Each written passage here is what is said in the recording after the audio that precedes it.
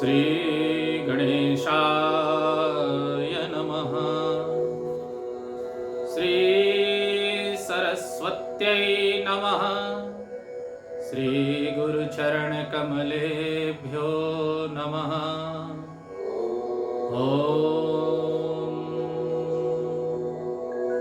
त्र्यंबकं यजामहे सुगंधिं पुष्टिवर्धनम् उर्वारुकमिव बन्धनान् मृत्योर्मुक्षीयमामृतात्। यन्मङ्गलं गुणातीतं सर्वाधारं सनातनं तद्ब्रह्म शङ्करं वन्दे सर्वकल्याणकारकम्। श्रीनीलकण्ठाय नमः। भूतनाथाय नमः।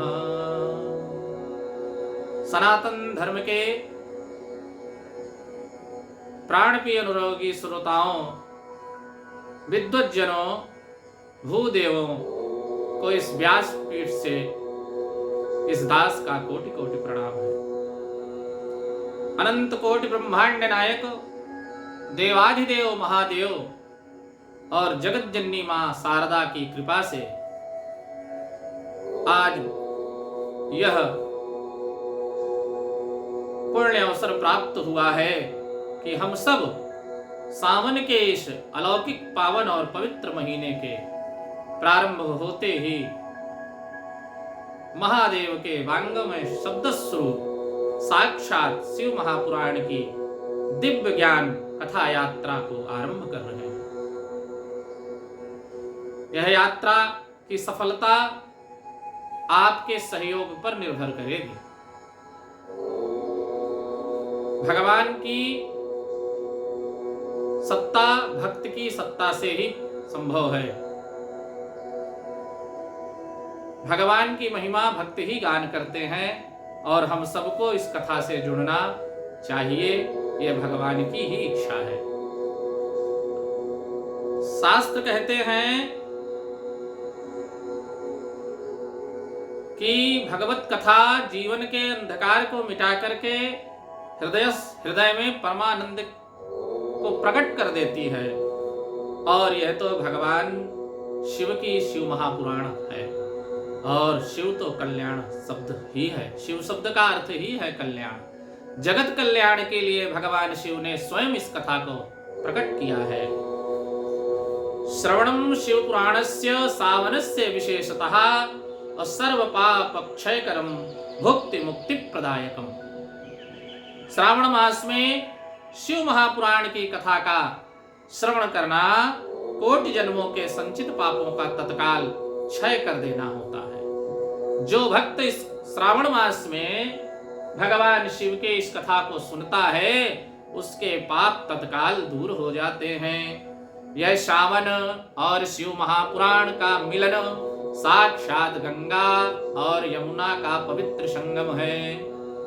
संपूर्ण महीनों में सावन का महीना साक्षात महादेव का हृदय है। इस मास में प्रकृति स्वयं शिव के स्वागत में झूम उठती है।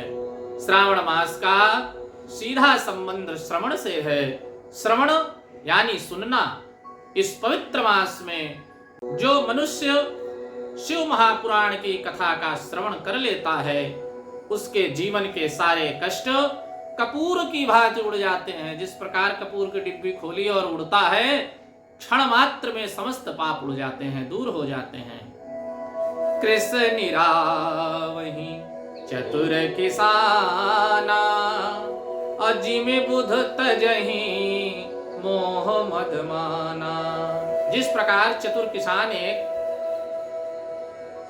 बारिश में अपनी फसल की अनचाही घास को निकाल फेंकता है, वैसे ही इस पावन मास में शिव पुराण की कथा सुनने से हमारे मन का मोह मद अहंकार रूपी कचरा हमेशा के लिए साफ हो जाता है, हमेशा के लिए साफ हो जाता है। पवित्र पावन यह मास अब प्रारंभ हो गया है और शास्त्र कहते भी हैं श्रावणे पूजे शिवम, सावन में शिव की आराधना ही जीव का परम पुरुषार्थ है। इस सत्संग के मूल साक्षात महादेव हैं, शिव हैं और शिव की कृपा तो सबको परमावश्यक है। बाबा तुलसी भी कहते हैं कि यदि हरि की भक्ति चाहिए तो बिना शिव की भक्ति के कल्याण नहीं है। वो सपने में भी नहीं मिलेंगे भगवान राम भगवान हरि। किसकी कृपा चाहिए राम की कृपा के लिए? साक्षात महादेव की। शिवद्रोही मम दास कहावा, असो नर मोहि सपन्यो नहीं पावा। मानस में बाबा कहते हैं शिव से द्रोह करता है जो, उसे सपने में भी हरि नहीं मिल सकते। यदि जीवन में परम कल्याण चाहिए, शिवत्व चाहिए, तो शिव की शरण में आना ही होगा। और शरण कैसे प्राप्त होगी, उसका माध्यम क्या है? सबसे सरल माध्यम है सत्संग। बिनु सत्संग विवेक न होई, और राम कृपा बिनु सुलभ न सोई। इस सत्संग के मूल शिव हैं, किंतु प्रश्न उठता है शिव हैं कौन? महादेव स्वयं कहते हैं न चाहम सर्वलोकानां परो गोचरतां गतः, पुराण श्रवणे नैव प्राप्ते हम न संशयः। यह शिव पुराण केवल ग्रंथ नहीं है, ग्रंथ मात्र नहीं है, यह पुस्तक नहीं है, यह भगवान का साक्षात शब्द है, शब्द रूपी विग्रह है। इसकी कोई भी तुलना नहीं कर सकता। गंगाद्याः पुण्यनद्यश्च सप्तपुर्यो गया तथा, एतच्छिव पुराणस्य समतां यान्ति न क्वचित्। समतां यान्ति न क्वचित्, कोई भी इसकी समता नहीं कर सकता। गंगा आदि पूर्ण नदियां हों, चाहे सप्तपुरियां हों, यहाँ तक कि गया आदि तीर्थ भी इस शिव पुराण की समानता नहीं कर सकती, बराबरी नहीं कर सकती। यह साक्षात शिव तत्व है। शिव तत्व का वांग्मय शब्द रूपी विग्रह है महापुराण, शिव महापुराण। जिस प्रकार सावन की रिमझिम फुहारें धरती की तपन बुझाती हैं, वैसे ही शिव पुराण की यह कथा कलयुग के मनुष्यों के त्रिविध तापों का नाश करती है। दैहिक दैविक भौतिक ताप, इन तीनों तापों को शांत करती है।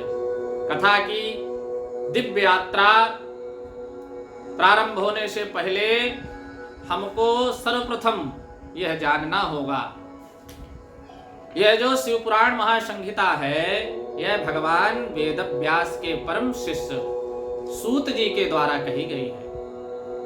इसके मुख्य श्रोता सौनक जी हैं और वेद व्यास भगवान ने यह कथा शनक, सनंदन, सनातन और सनत कुमार से सुनी थी।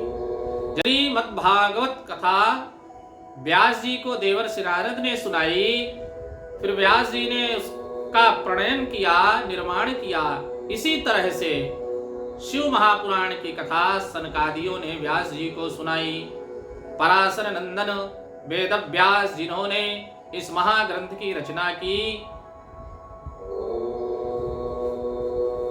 रचना तो वेद व्यास जी ने की, किंतु जितनी भी कथाएं हुई हैं यह सब नैमिषारण्य में हुई हैं। समस्त कथाएं नैमिषारण्य में हुई हैं। चक्र तीर्थ नैमिषारण्य से इस कथा का प्रारंभ होता है, जहां 88,000 ऋषि सौनक जी के नेतृत्व में दीर्घकालीन यज्ञ कर रहे हैं। ऋषियों के मन में व्याकुलता है। व्याकुलता अपनी मुक्ति की नहीं है, बल्कि आने वाले कलयुग के जीवों की है। सौनक जी महाराज व्यास शिष्य परम ज्ञानी सूत जी से पूछते हैं, प्रश्न करते हैं। हे सूत महाप्राज्ञ सर्व सिद्धांत वित प्रभो, आख्याहि में कथा सारम पुराणानां विशेषतः।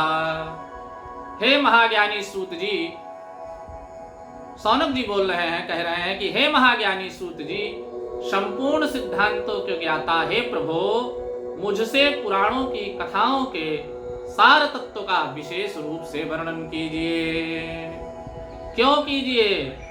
जीवांश्चासुरतां प्राप्ताः प्रायो घोरे कलाविह, तस्य संशोधने किं हि विद्यते परमायनम्। इस घोर कलयुग में जीव प्रायः आसुर स्वभाव के हो गए हैं।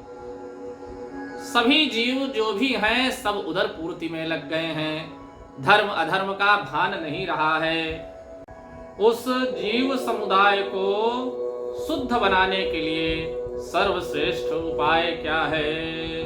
सर्वश्रेष्ठ उपाय क्या है? सूत उवाच धन्यस्त्वं निशार्दूल श्रवण प्रीतिलालसः,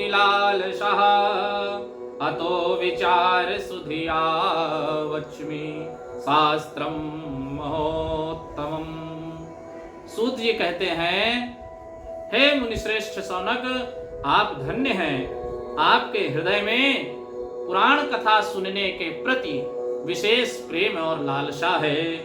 इसलिए मैं शुद्ध बुद्धि से विचार कर परम उत्तम शास्त्र का वर्णन करता हूँ। सर्व सिद्धांत निष्पन्नम भक्त्यादिक विवर्धनम, शिवतोषकरम दिव्यम शृणु वत्स रसायनम।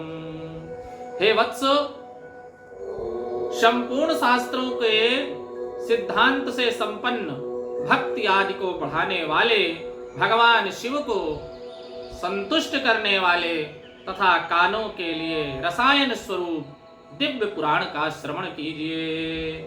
काल व्याल महात्रास विध्वंस करमुत्तमं, शैवं पुराणं परमं शिवेनोक्तं पुरामुने। यह उत्तम शिव पुराण काल रूपी सर्प से प्राप्त होने वाले महान त्रास का विनाश करने वाला है। हे मुने, पूर्व काल में शिव जी ने इसे कहा था। शिव जी ने इसे कहा था। गुरुदेव व्यास जी ने सनत कुमार मुनि का उपदेश पाकर कलयुग के प्राणियों के कल्याण के लिए बड़े आदर से संक्षेप में इस पुराण का प्रतिपादन किया है। इतनी महिमा सुनने के बाद भक्त के अंदर लालसा जागृत होती है कि ये इतना पवित्र पावन शिव पुराण है, जिसकी की महिमा भगवान नारद भी गा रहे हैं, व्यास जी भी गा रहे हैं, और शिव पुराण में स्वयं महात्म्य में लिखा है, सदा सेव्या सदा सेव्या सदा सेव्या विशेषतः एतच्छिव पुराणस्य कथा परम पावनी। इस शिव पुराण की परम पवित्र कथा का विशेष रूप से सदा ही सेवन करना चाहिए, करना ही चाहिए, करना ही चाहिए। इस शिव पुराण की कथा के श्रवण का फल कहूँ, इसके श्रवण मात्र से भगवान सदाशिव उस प्राणी के हृदय में विराजमान हो जाते हैं। 24,000 ग्रंथोऽयं सप्त संहितः, भक्ति त्रिक् सुसंपूर्णः शृणुयात् तं परादरात्। यह ग्रंथ 24,000 श्लोकों से युक्त है। इसमें 7 संहिताएं हैं। मनुष्य को चाहिए कि वह भक्ति, ज्ञान और वैराग्य से भली भांति संपन्न हो, बड़े आदर से श्रवण करे। विद्येश्वर संहिताद्या द्वितीया रुद्र संहिता, तृतीया शतरुद्राख्या कोटिरुद्रा चतुर्थिका, पंचम्य युमा संहितोक्ता, षष्ठी कैलाश संहिता, सप्तमी वायवी आख्या, सप्तेवम संहिता इह। पहली विद्येश्वर संहिता, दूसरी रुद्र संहिता, तीसरी शतरुद्र संहिता, चौथी कोटि रुद्र संहिता और 5वीं उमा संहिता कही गई है। छठी कैलाश संहिता और 7वीं वायवी संहिता। इस प्रकार इसमें 7 संहिताएं हैं। 7 संहिताओं से युक्त यह दिव्य शिव पुराण पर ब्रह्म परमात्मा के समान विराजमान है और सबसे उत्कृष्ट गति प्रदान करने वाला महापावन ग्रंथ है। श्रोताओं, जिस ग्रंथ की इतनी महिमा गाई गई हो, तो आज के सामान्य प्राणी के मन में स्वाभाविक प्रश्न उठता है और मैं कहूं कि संशय भी होता होगा कि क्या मुझ जैसे पापी का भी उद्धार इस कथा से हो सकता है। तो महात्म में एक कथा आती है देवराज ब्राह्मण की। इसको सुनना हम सबके लिए परम आवश्यक है, तो हमारे मन का संशय भी दूर हो जाएगा कि पापी से भी पापी को तारती है यह कथा। आइए उस कथा में प्रवेश करते हैं। किरात नगर में देवराज नाम का एक ब्राह्मण रहता था।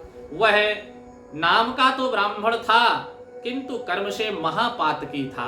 वह वेदों को बेच देता था, स्नान संध्या से विमुख था, जुआ खेलता था, वैश्यागामी था। उसने धन के लोभ में कई निर्दोषों की हत्या की।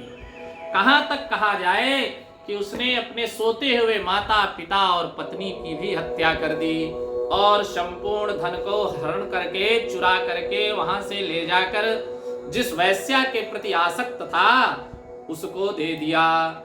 पाप का घड़ा भर गया और जैसे ही घड़ा भरा तो भगवान शिव ने चाहा कि इस पर कृपा भी हो जाए। कृपा का मार्ग कैसे खुला? एक दिन घूमता घामता वह दैव योग से प्रतिष्ठानपुर पहुंच गया। प्रयागराज में यह तीर्थ है प्रतिष्ठानपुर, जिसका वर्तमान नाम झूसी है। वहां जा पहुंचा और वहां एक शिवालय था, वहीं रुक गया। उसको तेज बुखार आ गया, बहुत पीड़ित हुआ, किंतु जहां रुका था वहां एक विद्वान ब्राह्मण शिव पुराण की कथा सुना रहे थे। समस्त भक्तजन बड़ी श्रद्धा भाव से सुन रहे थे, किंतु ये वहां जाकर के नहीं सुन पा रहा था। कारण क्या था? देवराज बुखार में तड़प रहा था, हिलने डुलने की शक्ति क्षीण हो गई थी। वह एक कोने में पड़ा था। इच्छा न होते हुए भी विवशता में उसके कानों में शिव पुराण की 7 संहिताओं की दिव्य कथा के शब्द सुनाई देने लगे।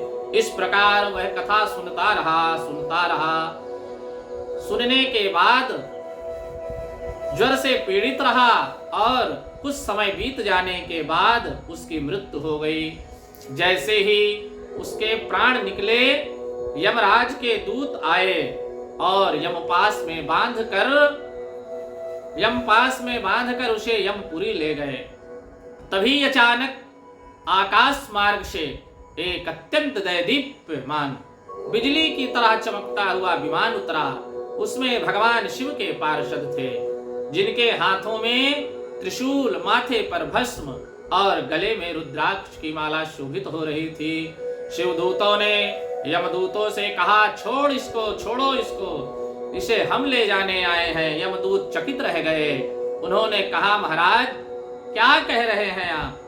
इस पापी को आप लेने आए हैं, इसके जीवन के बारे में जानते हैं? इसने एक भी पुण्यकारी कार्य नहीं किए अपने जीवन में। शिवदूत बोले कि हे यमदूतों, तुम नहीं जानते, हम जानते हैं। इसने भगवान के शिव महापुराण की कथा को श्रवण किया है और शिव पुराण श्रवणात् पापराशिर्विनश्यति यथा वज्र प्रहारेण महाशैलः प्रदीर्यते। जैसे वज्र के प्रहार से बड़ा पहाड़ टूट जाता है, वैसे ही शिव पुराण सुन लेने से देवराज के पाप भस्म हो गए। अब यह पापी नहीं रहा, निष्पाप शिव भक्त हो गया है। यमदूत पीछे हट गए, देवराज को दिव्य रूप मिला और वह उसी विमान में बैठकर साक्षात कैलाश धाम चला गया, जहां वह आज भी आनंद भोग रहा है, मेरे सनातनी भाइयों बहनों, बड़े बड़े बुद्धिजीवी तर्क करते हैं कि क्या केवल सुनने से मुक्ति संभव है। विचार कीजिए, शहर का एक गंदा नाला जिसमें पूरे शहर की गंदगी बहती है, जब बहता हुआ पतित पावनी गंगा जी में जाकर मिल जाता है तो क्या कोई उस पानी को नाला कहता है?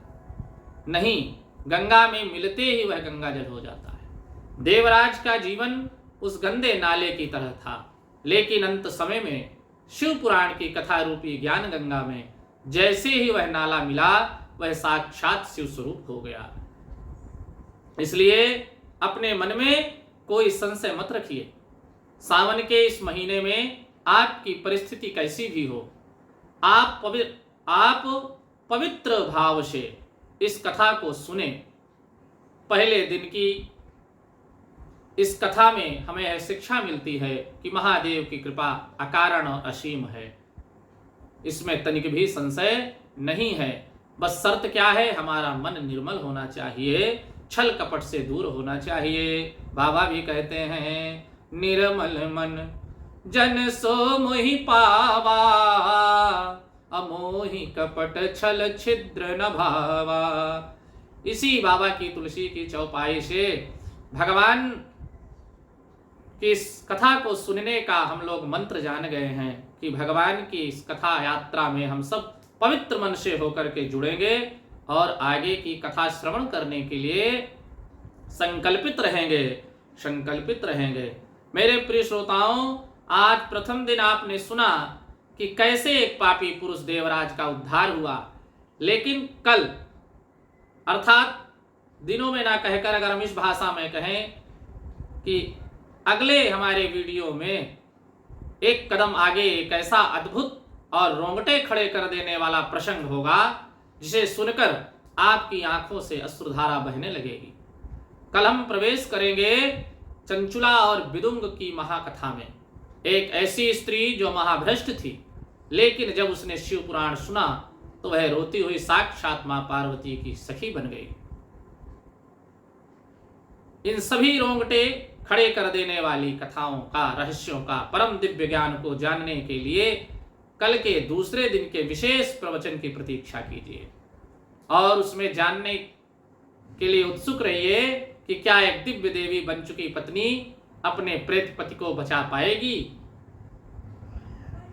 तुम्बरु गंधर्व ने उस प्रेत को बांधकर कौन सी गुप्त विद्या सुनाई, और सबसे बड़ा रहस्य, जब साक्षात महादेव प्रकट हुए तो उन्होंने बिंदुक के प्रेत शरीर के साथ क्या किया। इन सभी रोंगटे खड़े कर देने वाले रहस्यों और परम दिव्य ज्ञान को जानने के लिए हमारे अगले वीडियो के विशेष प्रवचन की प्रतीक्षा कीजिए। यदि मन में शिव को पाना है तो कल की कथा का एक क्षण भी मत छोड़ना। कल से यहाँ तात्पर्य आप हमारे अगले वीडियो को समझिएगा। और मैं बार बार कहता हूँ, इस व्यासपीठ से कहता हूँ कि भगवान शिव हम सबका कल्याण करेंगे। बस हमको पवित्र मन से पूरे श्रावण मास में जुड़े रहना है, साथ रहना है, और ये तभी हो सकेगा जब हमारे श्री शारदा ज्योतिष कार्यालय के इस चैनल को आप दूर दूर तक लोगों तक जितना हो सके शेयर करें, लाइक करें और सब्सक्राइब करें। भगवान शिव आपका सदा मंगल करें। हर हर महादेव।